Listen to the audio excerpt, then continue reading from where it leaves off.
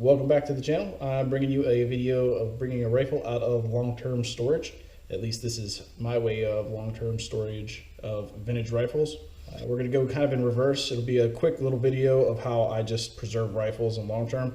Of course, we've got to go from the outside in, so let's start breaking into it. This bag is the metallicized bag from Brownells. They come with this nice little tag at the top here. It's just a little slip of paper, sticky paper, and some masking tape so you can mask it off and store your firearms long term. You could also put ammo in here. You can see they're a slight mylar material. This holds up pretty well. It's plastic backed and everything. So we'll cut into it.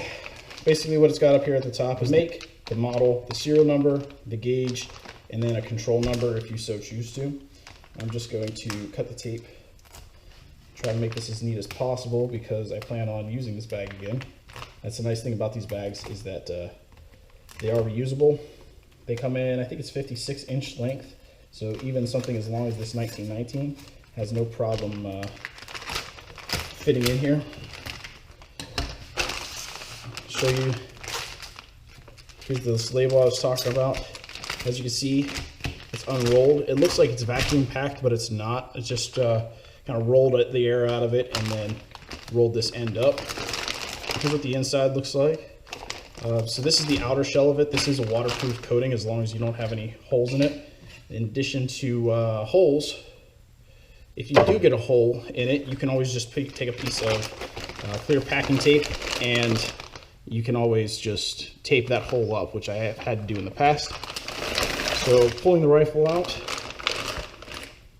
you can see my stage 2 of preserving a rifle.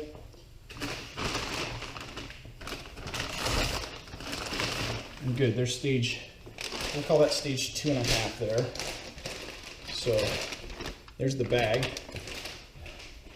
Another great thing, I think there's another one in here. As you can see, there's these little plastic squares. Supposedly they're impregnated with a chemical that repels rust. I'm not sure what that really is, but that's like stage 2.5. You can see my stage 2 here is just a basic gun stock that just protects it from banging it around while it's in the gun safe. On these gun stocks, this one here, I think this was just a Walmart 3-pack of them. It also has a make, a model, and a date cleaned. So the outer shell was the first layer. The sock here is the second layer of protection. If I was storing this rifle inside of the safe, I would also just leave it in the bag. The 1.5 layer here is these little squares, or you could put desiccant in there as well.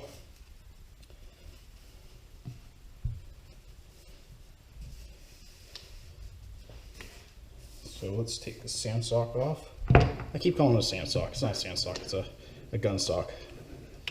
So you can see the 1919. Granted, I haven't kept it in a wet, humid climate or anything like that, but it has been preserved just the same as I put it in there. Of course, no rust or anything like that on top of it.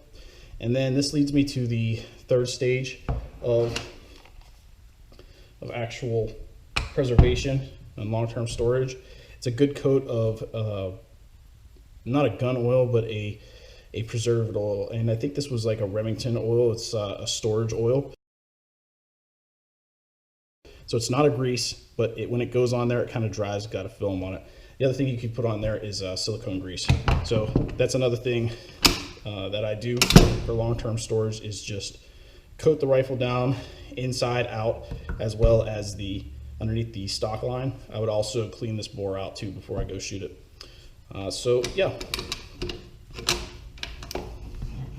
just a quick recap of my long-term storage. Stage 1, your outer shell of mylar water sealed exterior surface. Stage 1.5 is the inclusion of some rust inhibitor, whether that be desiccant to draw out any moisture, or these little squares that Brownell provides. Stage 2 is just the gun stock. And stage 3 is the oil or grease or whatever, however you're going to preserve your rifle, that I put on here. So that's just a longer term than just a regular gun oil. So that is my 3 stages to long-term storage of a long arm. 3 stage of long-term long arm storage. We'll go with that. All right, thanks for watching, guys.